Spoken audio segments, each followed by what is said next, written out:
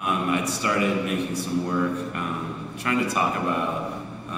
my life and what was going on sort of in a more metaphorical way, and it just wasn't working out. So I just said, I think I'm just going to have to go right at this one directly, and I started making portraits of the people involved in my life and the people involved in all this change that was going on. I saw connections between the work I'd been making all along and what was going on, and how I could make work about what's going on in my life, and it would connect to my interests in sort of like living life and like the ups and downs of it and how it affects people and how people respond to that. I had this idea of talking about the nature of evil, and it started off with these abstract sculptures that were supposed to sort of represent evil.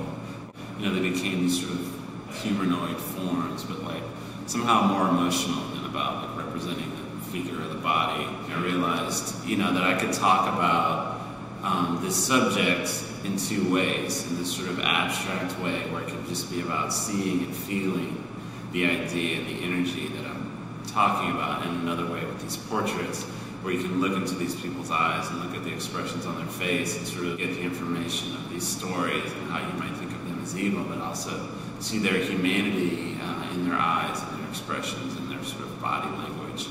So I felt like I'll get more to like what really, what life is really like, what human nature is really like by combining these two ways of expressing myself. So that's my way of kind of not just pointing out the problem, but doing something about it, which is to take these specific people and turning them back into specific people with lives. I'm going to choose to make these people important, and I'm going to make work about them. And almost as like a gift to them, and a gift to all of us. It's just like including more people in this sort of group of people represented in the history of art.